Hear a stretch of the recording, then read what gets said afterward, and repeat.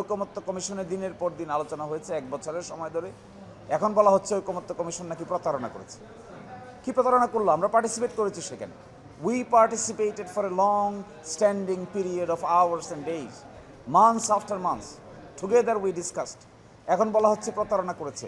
নিজের কথা শুনলেই আর প্রতারণা হবে না, আর কথা না শুনলেই প্রতারণা হয়ে যাবে। কেন কথা শুনতে হবে? ঐকমত্য কমিশনকে। ঐকমত্য কমিশন তার সিদ্ধান্ত আমাদেরকে জানিয়েছে, যা আলোচনা হয়েছে এই ব্যাপারেই তো সিদ্ধান্ত নিয়েছে। এখন প্রশ্ন হলো, আমি মতদ্বৈততা করেছি একটা বিষয়ে, আমার মতদ্বৈততা ঐকমত্য কমিশন শুনে নাই, নাও তো শুনতে পারে। ঐকমত্য কমিশন আমার মতদ্বৈততা পুরোপুরি শুনবে কেন? জামাত ইসলামী এখানে মতদ্বৈততা করেও ডিসেন্টিং নোট দিয়েছে। কোথায়? আমাদের ডিসেন্টিং নোট তো ঐকমত্য কমিশন শুনে নাই।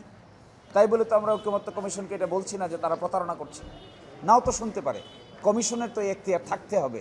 একটা কমিশন যদি তার সিদ্ধান্ত নিতে না পারে, আমাদের বিরুদ্ধে সিদ্ধান্ত নিলেই আমরা এটাকে প্রতারণা বলে আখ্যায়িত করি, তাহলে তো কমিশনকে ফাংশন করবে কি করে? কী করে এটা সামনের দিকে অগ্রসর হবে? আর যখন পক্ষে বলা হবে তখন ঐকমত্য কমিশন সঠিক সিদ্ধান্ত নিয়েছে, আর যখন বিপক্ষে বলা হয়েছে তখন ঐকমত্য কমিশন নাকি প্রতারণার আশ্রয় নিয়েছে।